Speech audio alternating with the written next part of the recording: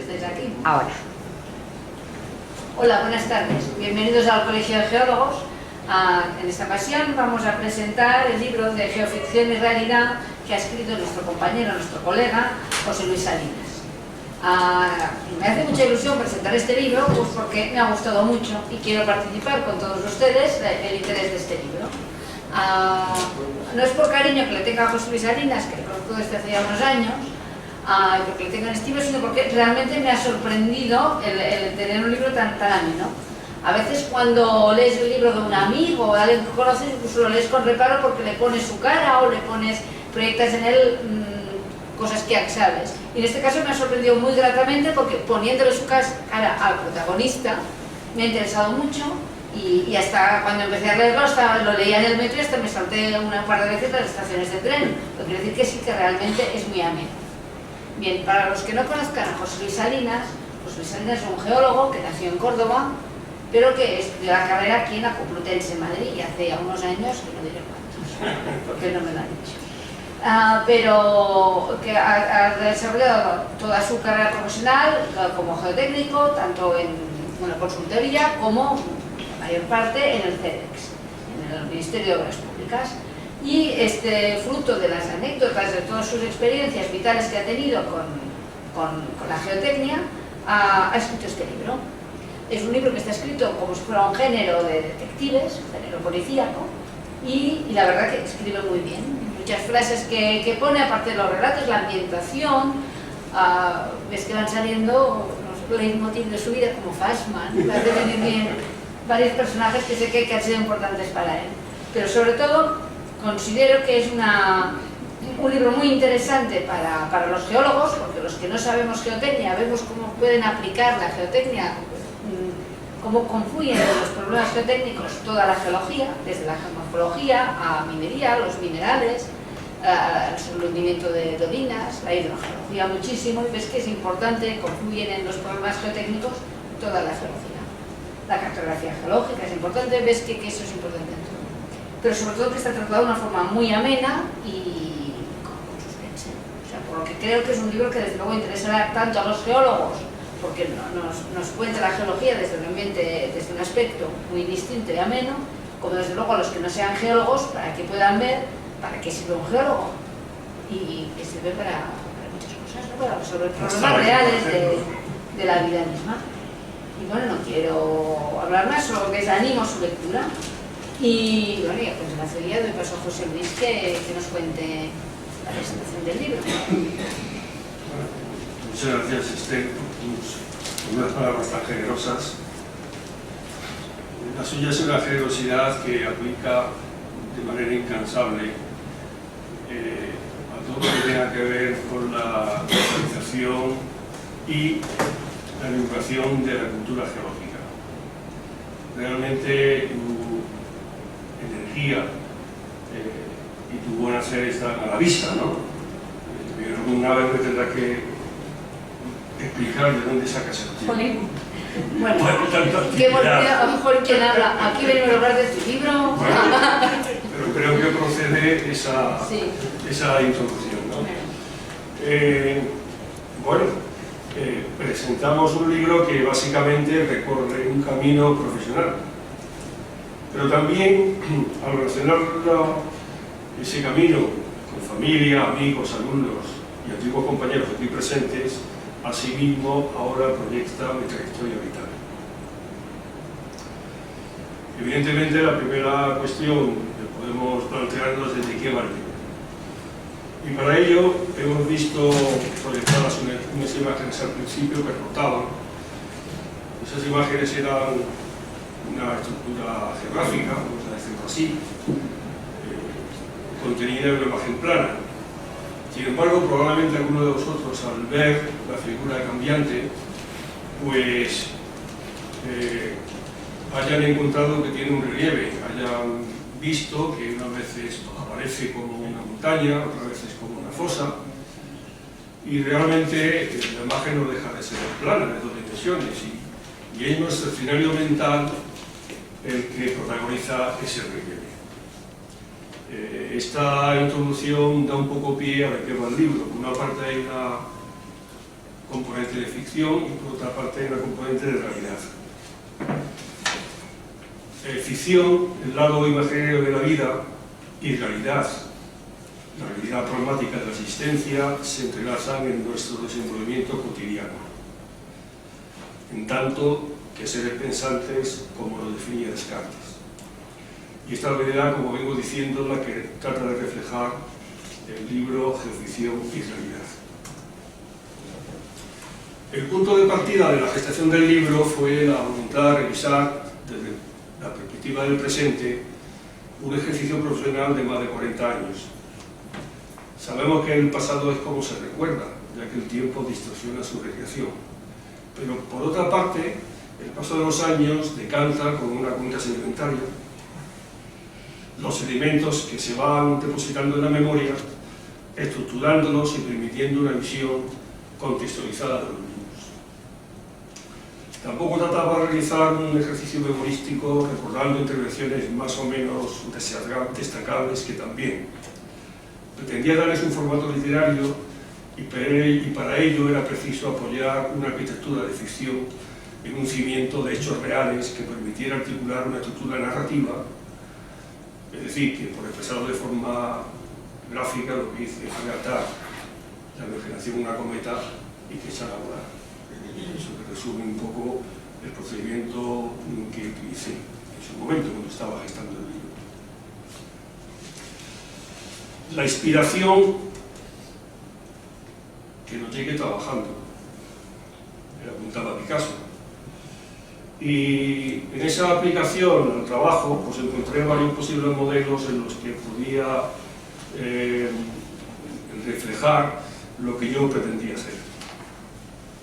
Y quería encontrarlo en la literatura detectivesca, cuya lectura me acompaña desde la infancia, desde la adolescencia.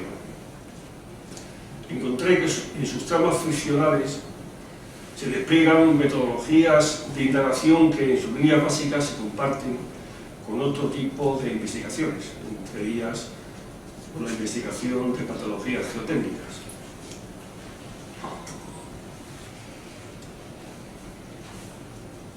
Esto que veis aquí, alguna lo habré conocido, es la pareja de detectives por antonomasia, el arquetipo de la literatura detectivesca, o sea, Sherlock Holmes y el Dr. Watson.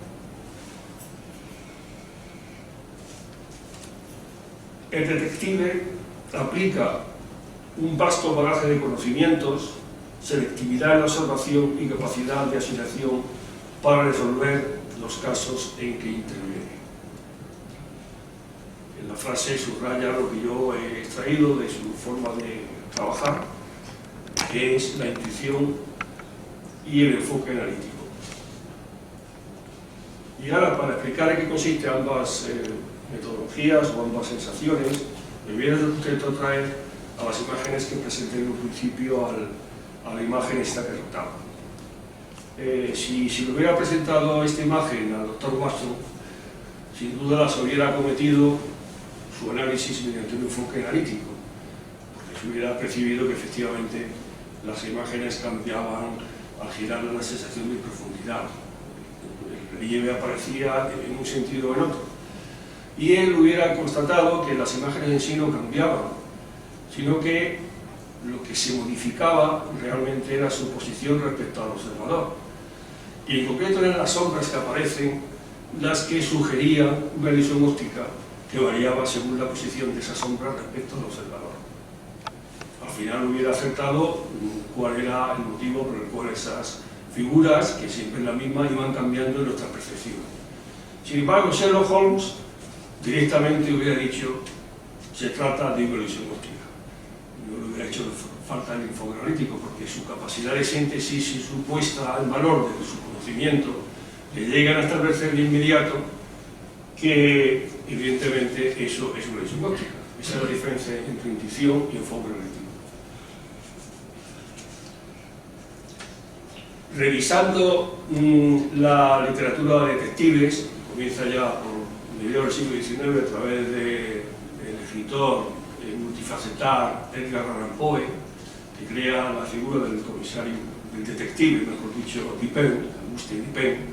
Bueno, yo he hecho una revisión de los métodos de trabajo que se reiteran en la literatura detectivesca, y al final he llegado aquí a sintetizarlos en esta figura, en las cuales, como podéis ver, de una parte está lo que es la metodología de una investigación, de una indagación detectivesca, la tenéis a la derecha, partiendo de un suceso. Al final se llega a la identificación de un culpable o de varios culpables.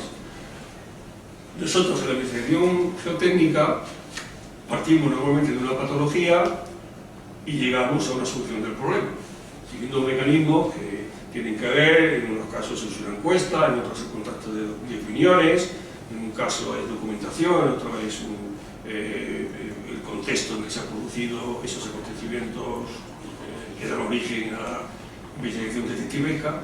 Y luego, fijaros en el centro, hay un protocolo de actuaciones que se comparten entre la investigación geotécnica o geológico-geotécnica y la indagación detectivesca,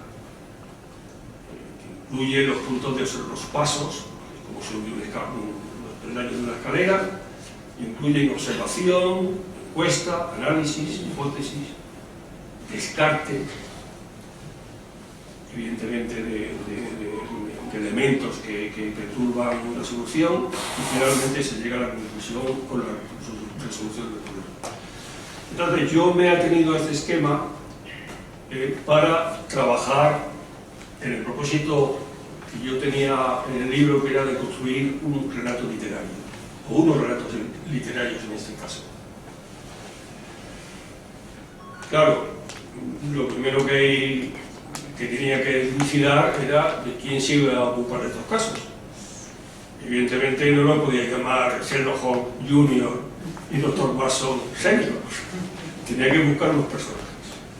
Y bueno, se me ocurrió que unos nombres adecuados eran, como tenéis aquí, el Dr. Marcos Perelli, que se publicita como especialista en patología geotécnica de edificios, que ocupa mucha área de trabajo dentro de lo que es el campo de la geotécnica. Y en vez de Dr. Watson, me puse a trabajar en la figura de una persona, una ayudante, Josefina Castro, que no solamente es que ella haga de colaboradora, sino que de forma incluso más importante es su interlocutora, la interlocutora del doctor Marcos Perelli. Y esa interlocución, ese diálogo entre ambos es lo que permite ir construyendo el edificio ficcional. La trama se desarrolla porque hay dos personajes que son estos, que se van intercambiando opiniones, y eso es lo que permite avanzar con la construcción del relato.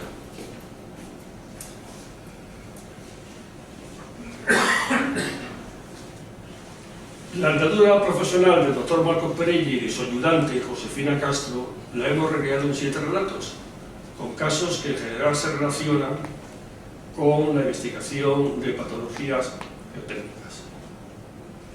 Introducir ingredientes imaginarios creemos que nos resta autenticidad al resultado, ya que los hechos en que se apoyan son reales y en todos ellos hemos participado, en algún caso con compañeros que hoy nos acompañan. Se cambian la localización del suceso, a veces el contexto geológico, los personajes y, por supuesto, la trama ficcional con la que se construye el relato.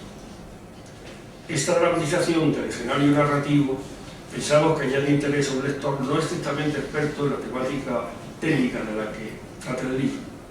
Y en este sentido podemos hablar de una voluntad de divulgación de la geología geotécnica. De aquí el subtítulo del libro, la navegación geológica o geotécnica en 7 relatos detectivescos. Aquí tenéis los relatos, como corresponde. En fin, el título, pues ya, el caso de, nunca en un informe técnico diríamos el caso de. Aquí sí procede, ¿no? De tal manera que, de alguna forma, a través de este título, lo que trato de recoger es el contenido. Muy soberamente me voy a aproximar a algunos relatos para que veáis un poco lo que he pretendido contar. El primer caso que trato es una indagación sobre un suceso de la ciudad de Vigo que produjo el hundimiento de la planta baja de un edificio, digamos, señorial, con la consecuencia de una víctima mortal. Este caso efectivamente sucedió en Vigo, pero lo que no es cierto es el final que propongo para solucionar el problema. Por conveniencia de relato y porque me parecía más interesante, he cambiado ese final, de tal forma que la causa del desplome es otra de la que realmente demostramos que sucedió. Y para poder cambiar ese final a efectos didácticos, pues he debido modificar la geología, el sustrato de la ciudad de Vigo, de forma que nadie se asuste si conoce la geología de esa ciudad gallega y comprobar que no tiene nada que ver con esto. Pero esto es ficción. Juego con esas cartas marcadas, que estoy haciendo un rato de ficción, en que se base en un hecho real. Este otro caso que he titulado El polígono fantasma, no porque aparezcan zombies o elementos extraterrestres, sino porque es un polígono que supuestamente se hizo en una área del sureste de la Comunidad de Madrid y en un momento dado tuvo que ser abandonado pues, porque comenzaron a aparecer hundimientos del terreno, los edificios que habían hecho se dañaron severamente y al final pues eso se abandonó hasta que una nueva corporación en vísperas de elecciones, como no podía ser de otra manera, decidió relanzar la construcción del polígono. Entonces contactó con nuestro experto, el doctor Marco Perilli, para que llevara a cabo ese estudio de veridad del proyecto. Ese tema es interesante porque me trae muchos recuerdos, porque está basado exactamente en la investigación que hicimos allá por mediados de los años 70 para estudiar la viabilidad del solar de la unidad alimentaria que ocupa el Mercamadrid. O sea, el Mercamadrid está digamos, construido sobre un terreno que tiene una total similitud con este que presento en esta diapositiva y yo he tratado de sacarlo del Mercamadrid y llevarlo a este otro contexto que me parecía literariamente más creativo, ¿no? Debo decir que las soluciones que se aportaron en su momento, en la investigación que dirigió el profesor Jiménez Salas y que resultó muy exitosa en el sentido de que ahí está el polígono, se adoptaron muchas soluciones constructivas, algunas muy costosas, pero está en pie, que es lo importante, y nadie sabe lo que ha pasado allí. Y finalmente me voy a referir a este otro caso, que es curioso, porque la acción de este episodio la localizo en las posibilidades de Baeza, una población de Jaén, pero realmente esto es un cementerio abandonado, hasta los difuntos salieron caminando porque aquellos se cayeron los nichos, un desastre. Y la ubicación real de este suceso fue en la campiña de Córdoba, en un lugar cerca de una localidad que creo que recordar Dos Torres, y es donde está la fotografía. Como digo, yo lo he llevado a Baeza y no tiene un final tan dramático, sino que realmente el cementerio pudo seguir albergando la vida, o sea, la muerte. Es indudable, ¿no? Y este tema es interesante porque tiene que ver con un fenómeno que se produce en algunos suelos españoles, en algunos territorios, sobre todo en la mitad sur de Madrid, en Andalucía más especialmente, y tiene que ver con una peculiaridad que tienen algunos suelos, y es que cambian de volumen, se expanden o se contraen cuando cambia la humedad. Entonces, en un entorno como este, que presenta esta diapositiva, pues este proceso de hinchamiento y contracción, lo que produce son asientos diferenciales, como refleja la flecha de este dibujo, y eso al final lo que hace es que las estructuras, sobre todo este tipo de estructuras que no se ha cuidado mucho en su construcción, porque ¿para qué? ¿Verdad? Si no va a haber víctimas en caso de ruina, pues vamos a tirar para adelante. De tal forma que se produce una distorsión, en este caso de la caja de nichos, y al final aquello pues, se rompe.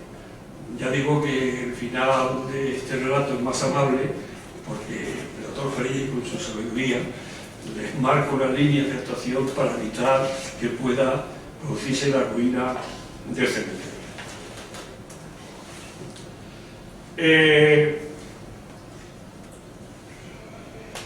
Vamos a ocuparnos ahora de la parte de realidad que tiene el libro. Hemos hablado un poco de geoficción y ahora vamos a ocupar de la parte de realidad. Es decir, de aquellas intervenciones que forman parte de la realidad geológico-geotécnica que hemos ido encontrando en nuestro camino profesional.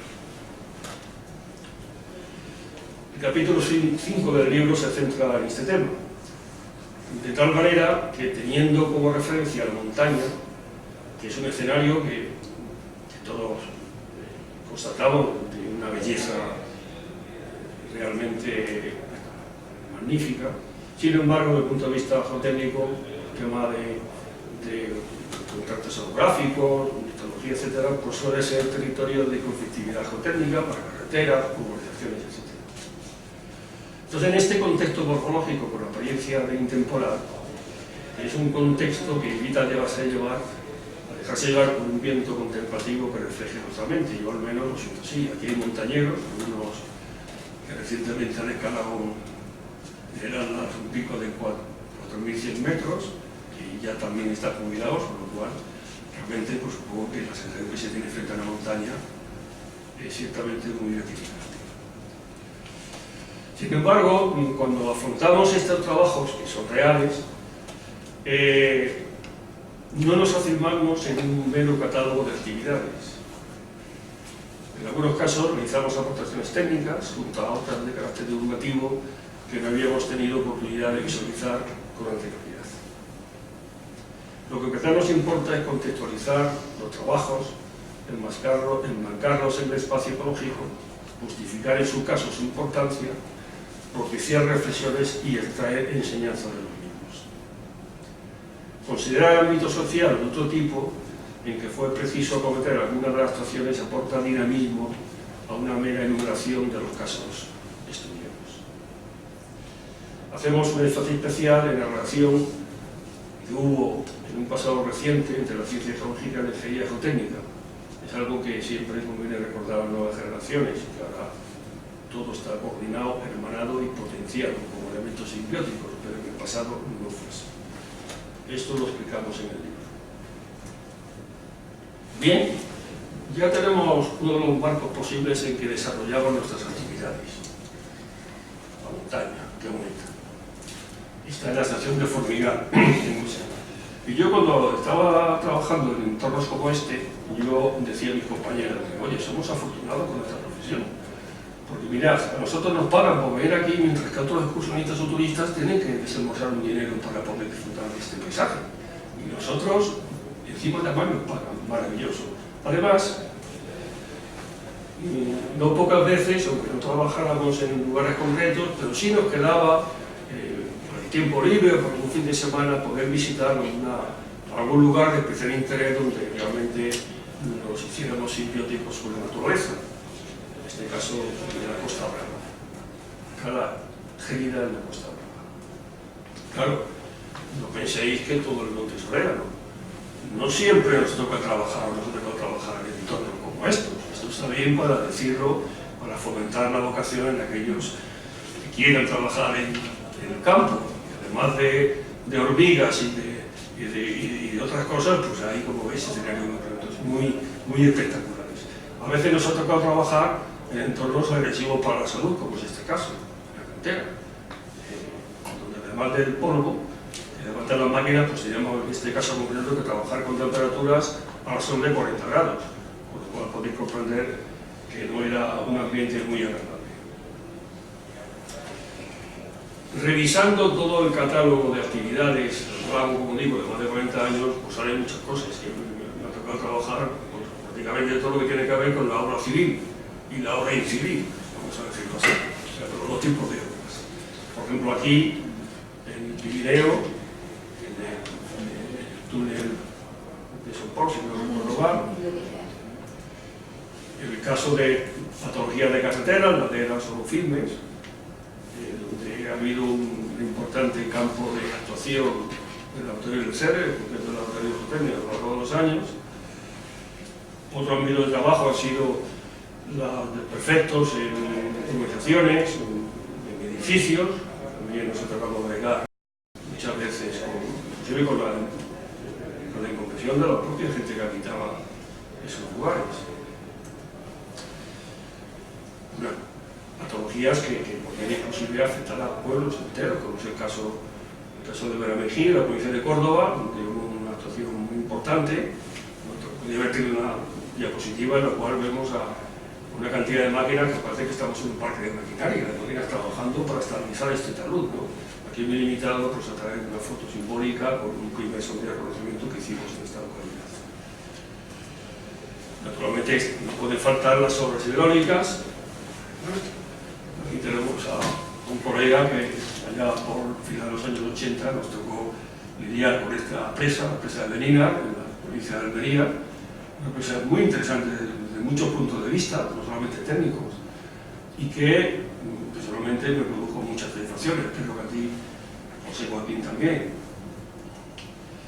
Otro ámbito de actuación geotécnica han sido los puertos, los diques portuarios. En este caso, lo he traído porque es una cosa muy particular, porque nos sorprendió. Este es un dique que se dispuso de forma paralela al puerto de Huelva, en las rías de Noviel, y es un dique que penetra muchos kilómetros en el Atlántico. Y realmente, pues es que ahí fuimos sorprendidos por una, no sé si llamarlo galerna, pero al menos mi tempestad, que movió bloques de cemento y de piedra de más de 5 toneladas, cuyo golpe de agua y con el viento, y que bueno, pues ahí tenéis una nube de agua, y realmente el hermano Gijo y yo íbamos en el coche, en el morro del coche, porque no estábamos seguros de llegar al comienzo del dique, porque pensamos que pues igual aquí nos quedamos atrapados. O sea, hay que decir que a lo largo de la vida profesional, pues hay momentos buenos, momentos menos buenos, y otros momentos pues que no son agradables ni siquiera de recordar. Bueno, recordar sí porque salimos muy bien, ¿no? Pero nada más que por eso. Otro ámbito de actuación, no directamente relacionado con la geotecnia, pero sí con la obra pública, la obra civil, es el estudio de las canteras. Las canteras de áridos pues son materiales que se utilizan para carreteras, se utilizan para escolleras, puertos sobre presas, se utilizan para hacer los hormigones hidráulicos de las construcciones, de los edificios. Pues tiene muchos puntos de vista.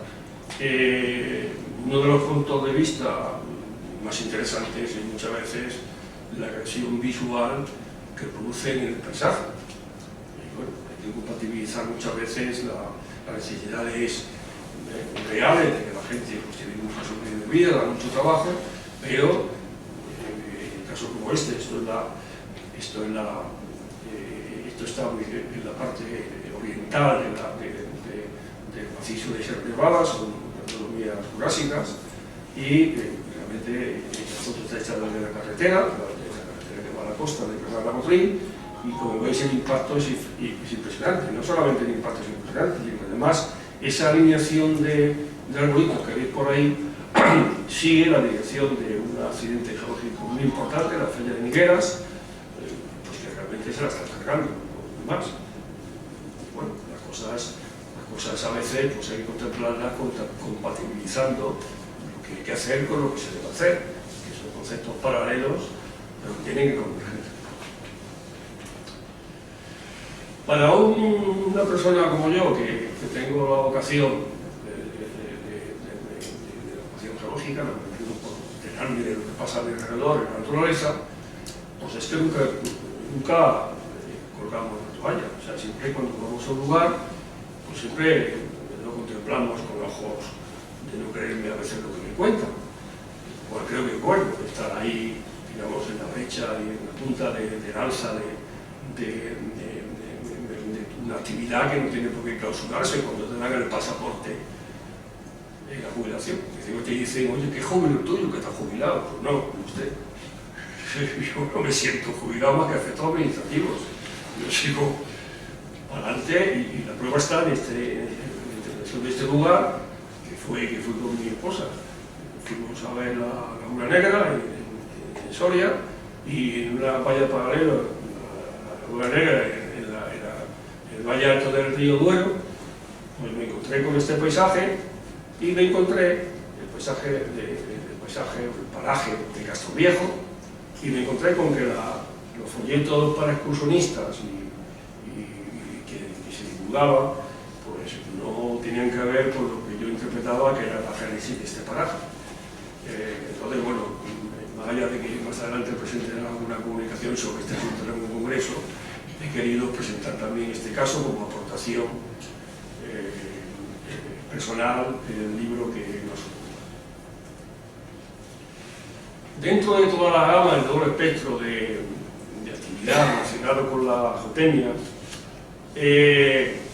hay algunos aspectos que sistemáticamente pues, nos tocan las narices. En mi caso no es difícil, la tengo grande, pero es verdad que presentan a veces una conflictividad que va más allá de los temas técnicos.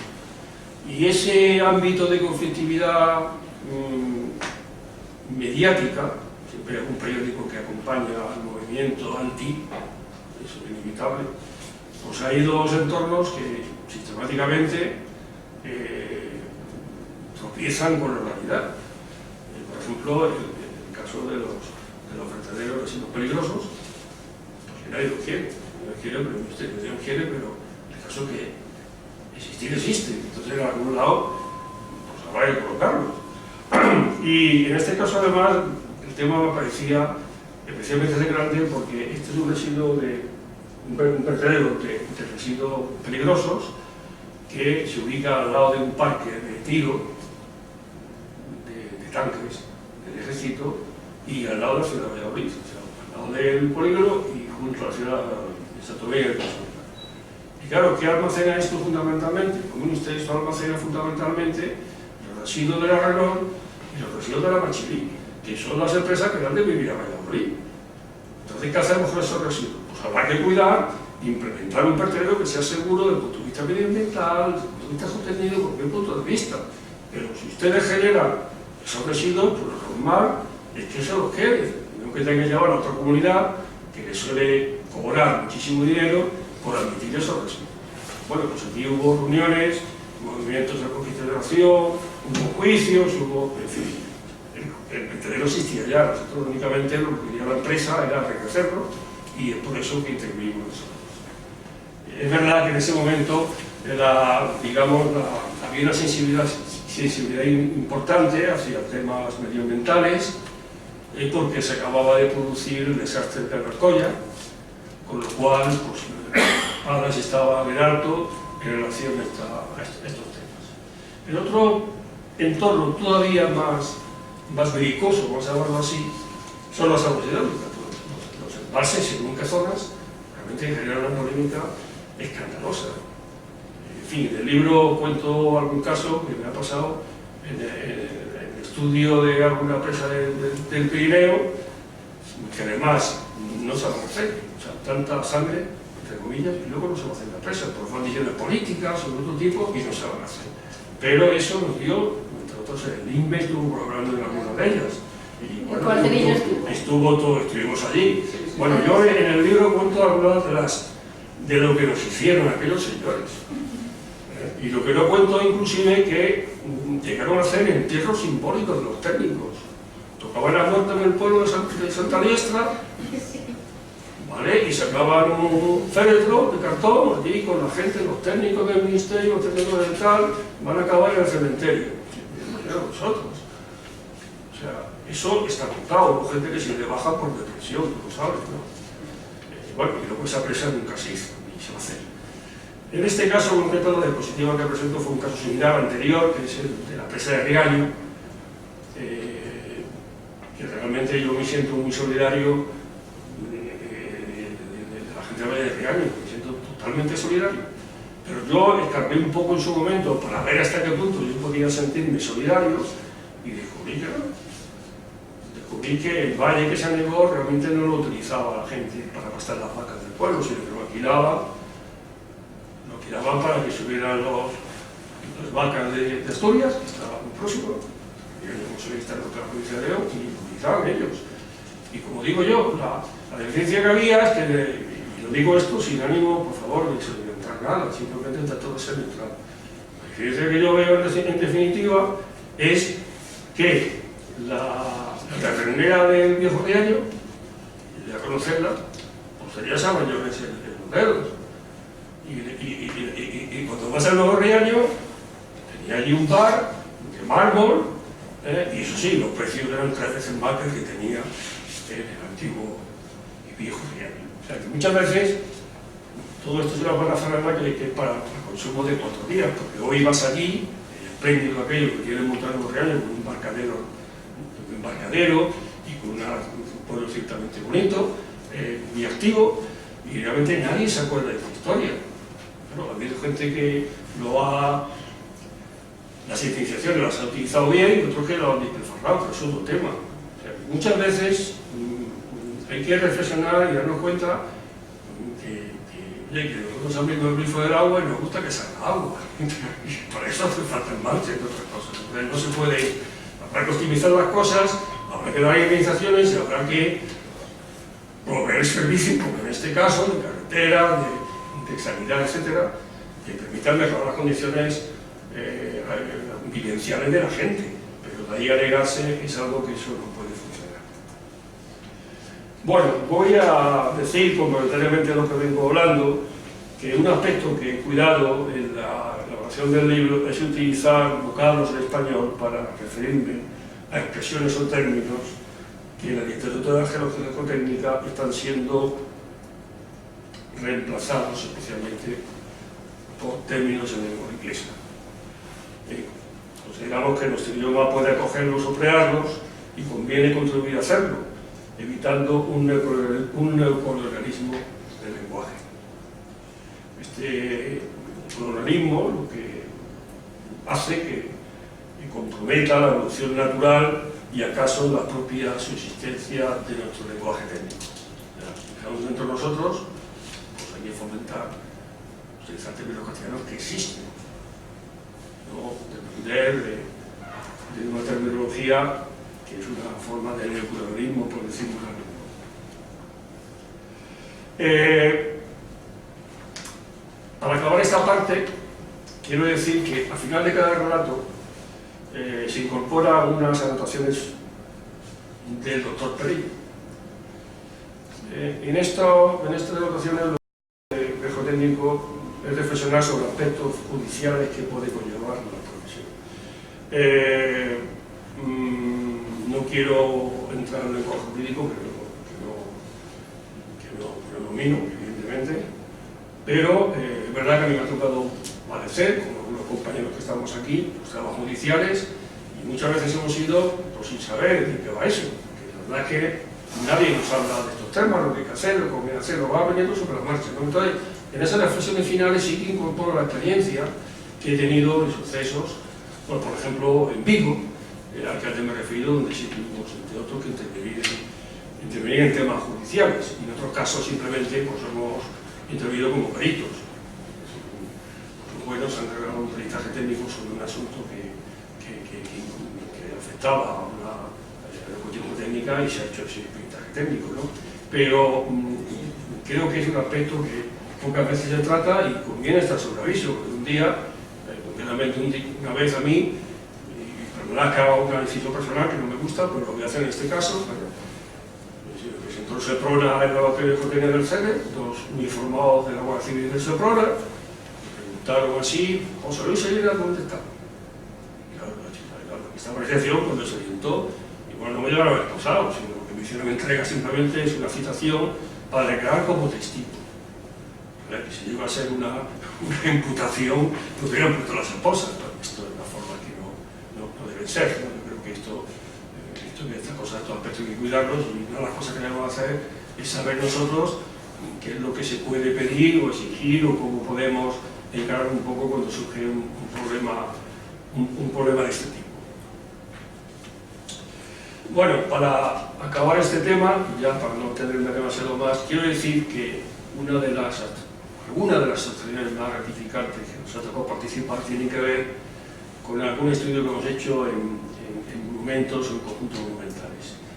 Ciertamente, esos entornos son siempre maravillosos y es un placer ya verlos, trabajar en ellos y tocar sus entresijos, pues más todavía.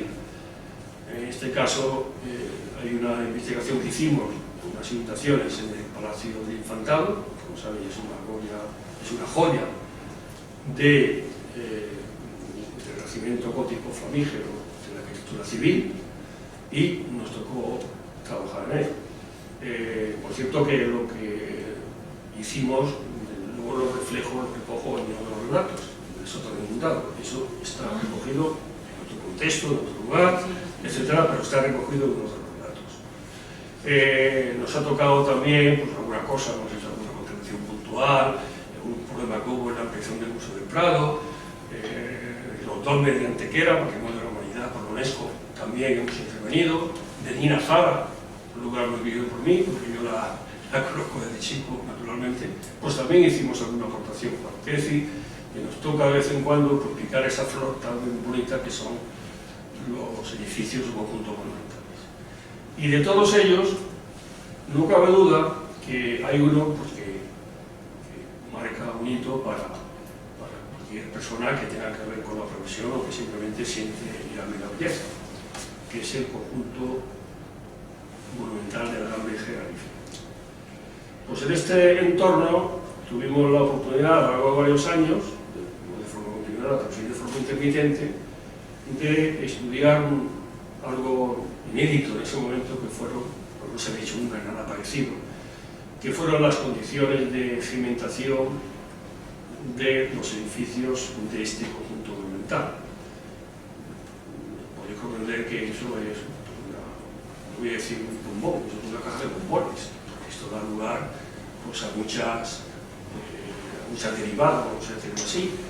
Por ejemplo, una de las derivadas más interesantes que nos aconteció fue que pudimos aportar luces nuevas a unos estudios que se estaba llevando a cabo, llevándose a cabo desde hace muchos años, pero en manos de historiadores y de arqueólogos.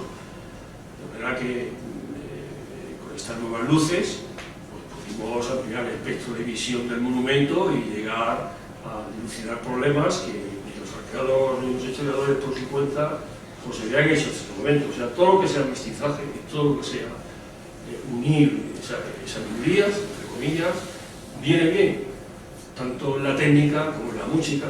Sabéis que yo soy muy aficionado a la música, como en cualquier actividad cotidiana. El mestizaje es sano, es razonablemente saludable. Y creo que todos somos mestizos, porque eso Adán y Eva pues, quedamos lejos. O sea, que al final todos nos hemos ido mezclando con todo, de la forma que en este caso concreto, que la técnica se contemple, los problemas técnicos se contemplen en este contexto de conjuntos monumentales o históricos, con unas ópticas de distintas disciplinas, pues es muy estimulante y al mismo tiempo muy esclarecedor para temas que de un monocolor, como he comentado antes, no se hubieran resuelto. Claro, los edificios de la Alhambra pues tienen más de 500 años, mucho tiempo. También los edificios envejecen. Lo que sucede es que al contrario que las personas no les salen arrugas, porque los muros y las paredes no son flexibles, entonces simplemente se agrietan. Es su manera de manifestar pues, que están cansados, que necesitan que los cuiden, que hagan un elucido, que hagan una actuación que permita rejuvenecerlos, ¿no? De tal manera que, como veis aquí, está la Torre de la Vela, que la Torre de la Vela, bueno, a lo largo de la historia ha sufrido muchas modificaciones, pero de las más antiguas. Este recinto que está ya era del siglo XIII. Los últimos monumentos de la Etapa nazarí son de finales del XV. Hay un abanico de 2 siglos de construcciones, y en cualquier caso se trata siempre de elementos muy antiguos. Una de las cosas que nosotros hicimos, como no había ninguna instrumentación dentro del recinto para poder investigar si los edificios se movían, si se desplazaban, si se inclinaban, etc., fue disponer de una red de ocultación. Unas están visibles y otras no están visibles. Esta está visible y subsiste, la que se puede ver. es una regleta para medir movimientos verticales. Esa regleta se protege con una tapa, como veis, y ahí quedó. Está más oxidada, pero ahí quedó. Y el caso es interesante porque yo siempre he recomendado a la autoridad de la Alhambra pues que instale un centro de interpretación en el cual pueda explicar más de los aspectos históricos y artísticos que la gente reclama, que el turista reclama, por supuesto, en que saluda las intervenciones que se han hecho a lo largo de la historia del monumento. Porque una de las cualidades que tiene la Alhambra es que está muy alterada en la época nazarí, pero se ha hecho con tanta elegancia y tanta gracia que vas allí y te parece que todo es armónico, que todo es de la misma época.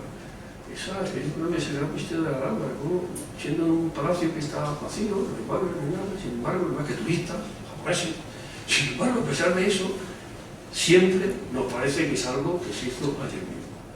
Y cuando me ha tocado ir con los másteres, con unos amigos a visitar el monumento, y les he explicado el origen y el porqué de estas regletas, pues siempre he comprobado que alguien pone la oreja para ver y seguir aquello, porque es una cosa que está allí y mucha gente no sabe qué es. Como digo, en la Alhambra se suma la parte imaginaria con la parte real y a veces se confunden. Por ejemplo, en este caso no es una imagen real, esto es la Torre de Comares, reflejada en el estanque del patio de los Arrayanes, una imagen que realmente es el reflejo de imagen, lo vemos otra vez a la ficción. La Torre de Comares, como sabéis, es la más emblemática de Alhambra, es una torre la más alta, de 45 metros, ha sido muy castigada, ha tenido muchas intervenciones, y realmente, en función del estudio que hicimos, donde se llevó a cabo un estudio multidisciplinar de tipo sísmico, de tipo estructural, de muchas componentes, pues se hizo un informe final específicamente sobre esta torre, en el cual estamos muy satisfechos. Para tranquilidad de todos diremos que la conclusión fue que la torre goza de un coeficiente de seguridad aceptable y que se puede mejorar. Claro, la mejora implica una inversión pues, de la Junta de Andalucía, este grupo político, no va a cometer. Eso parece claro. Una de las ventajas que tuvimos cuando estudiamos en la Torre de Comares fue la posibilidad de hacer sondeos, o sea, de tomar muestras inéditas, porque nunca se había hecho, del muro de cimentación. El procedimiento constructivo de la Alhambra, que tenían los árabes, pues es bien conocido. Es un material que es una argamasa de piedras de gravilla, arena, algo de cal, y luego está teñida con una arcilla rojiza, una arcilla férrica, que le llaman pañate, y que es lo que da la típica coloración rojiza a la Alhambra. De hecho, sin saber árabe, creo que recuerdo alguna vez que Alhambra significa la roja, la fortaleza roja, efectivamente por el color predominante del tapial. Pues bien, esta posibilidad de tener acceso a material de la cimentación del lugar Alhambra, pues la verdad es que resultó muy estimulante. Y del conjunto de actuaciones recomendadas, que no todas se llevaron a cabo, el estudio que llegó hasta donde llegó, pero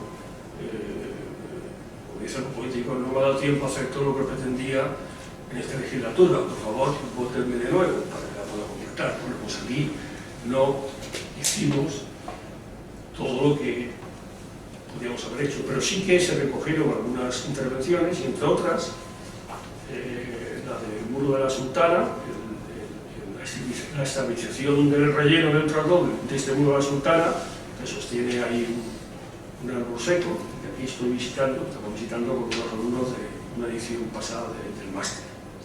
Lo interesante de esta actuación, que fue un requisito impuesto por el patronato de la Alhambra, es que no se podía percibir desde fuera nada de lo que se había hecho. De tal manera que en este caso concreto, inclusive se conservaron las deformaciones que tenía el muro.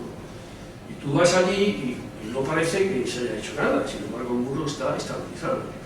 Y eso realmente es el mérito del que diseñó la actuación, que es el profesor Antonio Santos.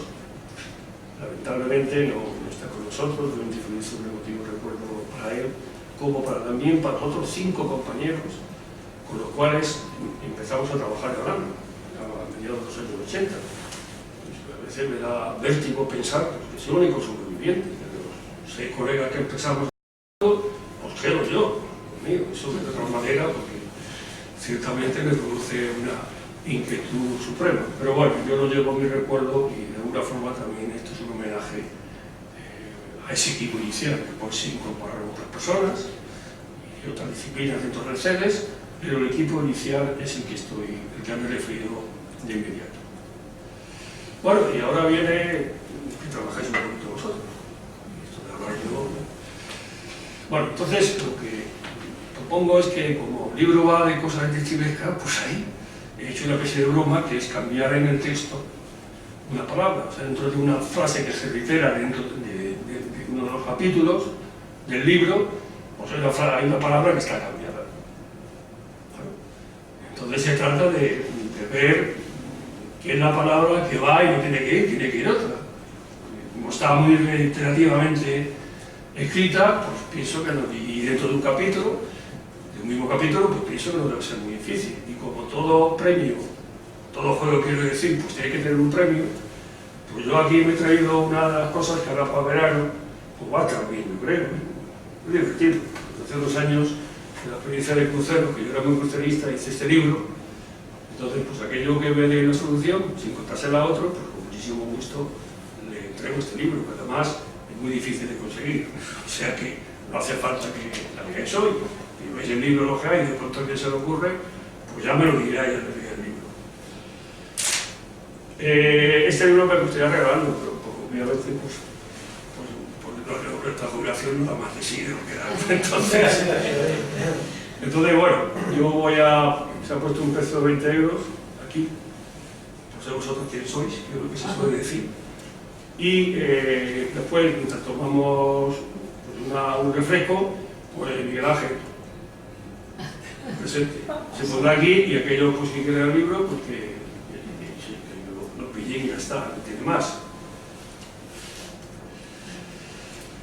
En cualquier caso, mañana yo voy a estar en la Feria del Libro, precisamente un poco agradezco a Esther que me haya propiciado este día, porque un día antes de la Feria del Libro pues, era buena fecha.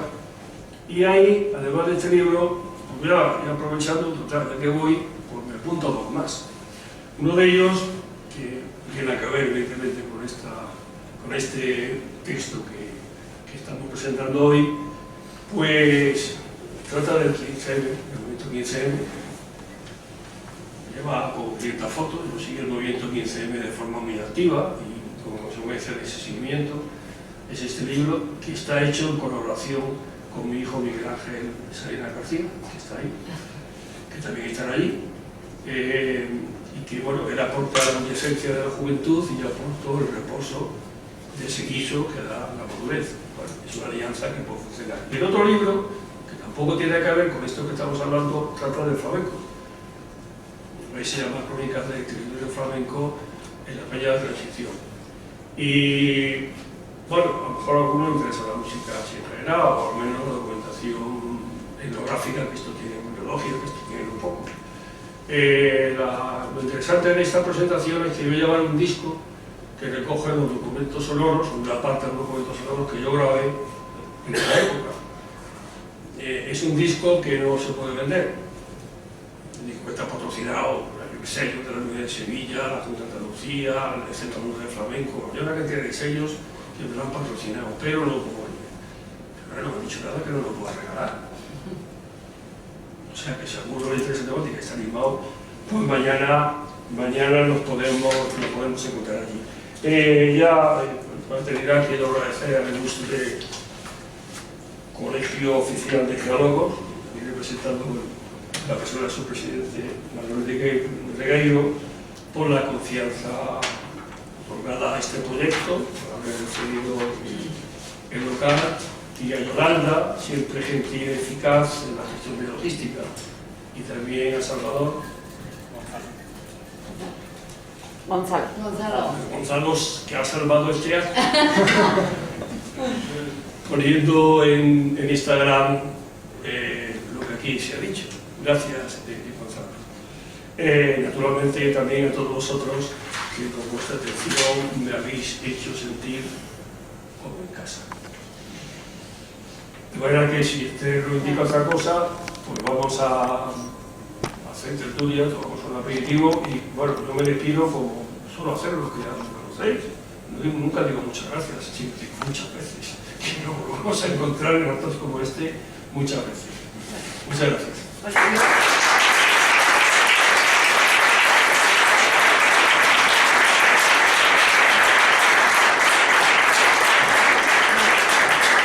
Ya os he dicho que, como he leído el libro, que me ha interesado mucho, estoy seguro que os va a gustar, sobre todo porque has sabido transmitir tu vocación de geólogo y muy bien escrito como libro, y os animo desde luego a la lectura.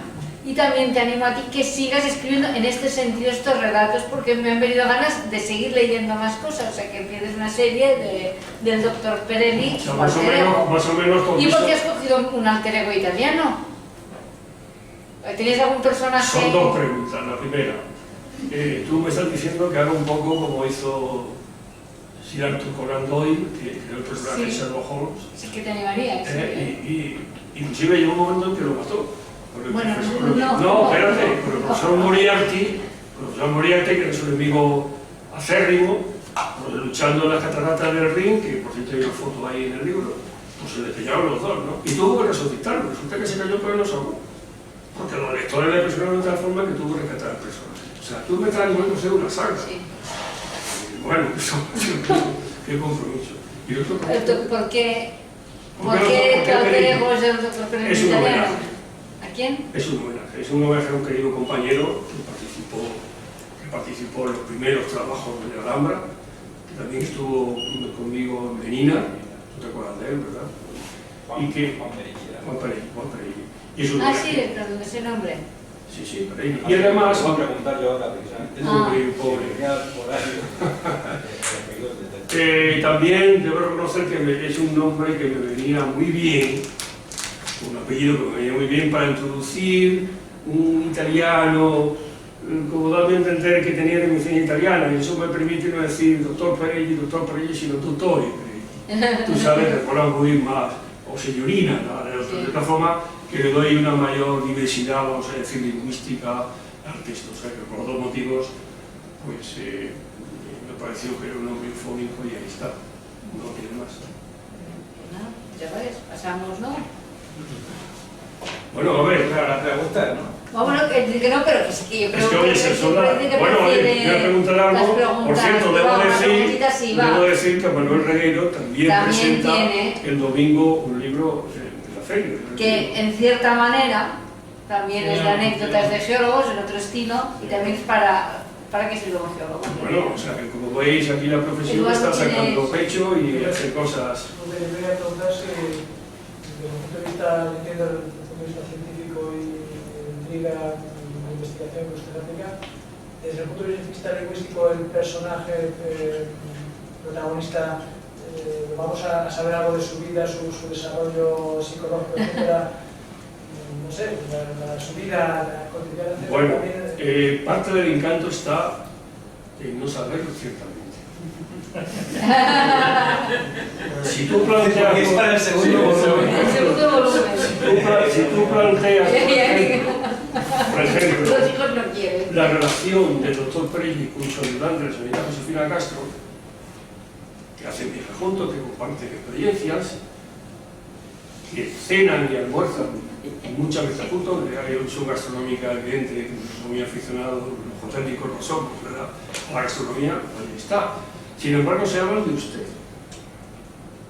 O sea, hay una voluntad de preservar la intimidad de cada uno de ellos y de que surgieran más que afirmen. O sea... No iba por ahí realmente la pregunta, ¿no? Iba más en el sentido de si aparte de la investigación luego hay escenas del día a día, un poco como tramas paralelas. Bueno, una vez van a comer o algo así, pero no. Sí, bueno, hay escenas reconocibles. Por ejemplo, en uno de los relatos la cosa, el relato comienza porque hay una amiga de la señorita Josefina Castro que le invita a desayunar napolitanas con crema en la Mallorquín, Sí. que está en la Puerta del Sol, y ellos se desplazan desde su despacho, que está en un pasadizo en la calle Carretas, y van a ser, o sea, vamos a ver, es todo reconocible.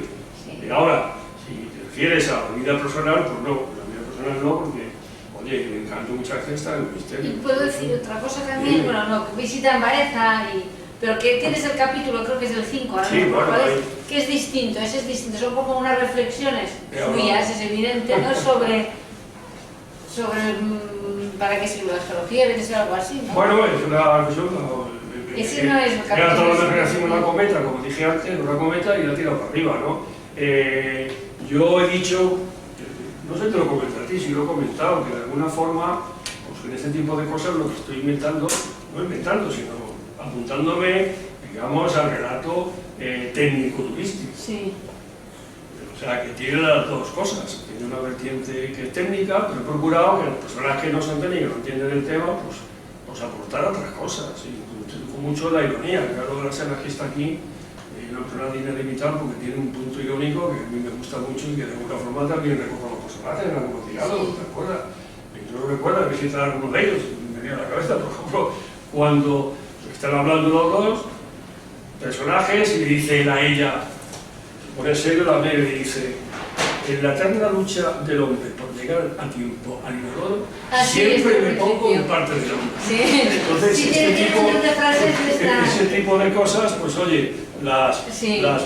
visualizo porque me surgen así y trato de dar a imitar. Ni modo alguno que hacer una memoria, no tiene sentido. Yo que voy a recordar.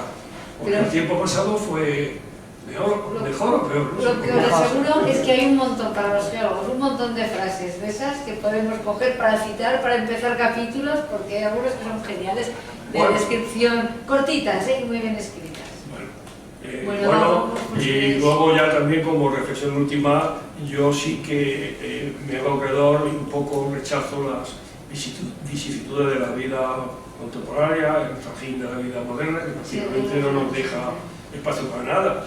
Y una cosa que he hecho siempre y que he practicado, que no es mía, la aprendí, es meterme en la iglesia y dejarme ir. La iglesia no está moderna, en fin, sino una iglesia, digamos, ya con historia, con pedigrí. Y entonces, si suena algo ya es maravilloso. Entonces te aíslas, te metes en esa envolvente y es una terapia ciertamente que a mí al menos me funciona. Y la idea no es mía, a mí era un documental de la Checoslovaquia soviética. Y oye, me quedé impactado y digo, oye, pues es verdad, la gente era atea y que se escuchamos en Canadá. Luego te contaré Después, una historia de... relacionada con el tema. Bueno, sí, que por esto poderlo oír, se lo he leído hoy. Bueno, pues pasemos a... me parece muy bien, lo quieran. Bueno, pues muchas gracias por su asistencia y nada, ahora... Muy bien, ahora que se Compra el recorra, libro. se abre el telón y vamos a lo que vamos.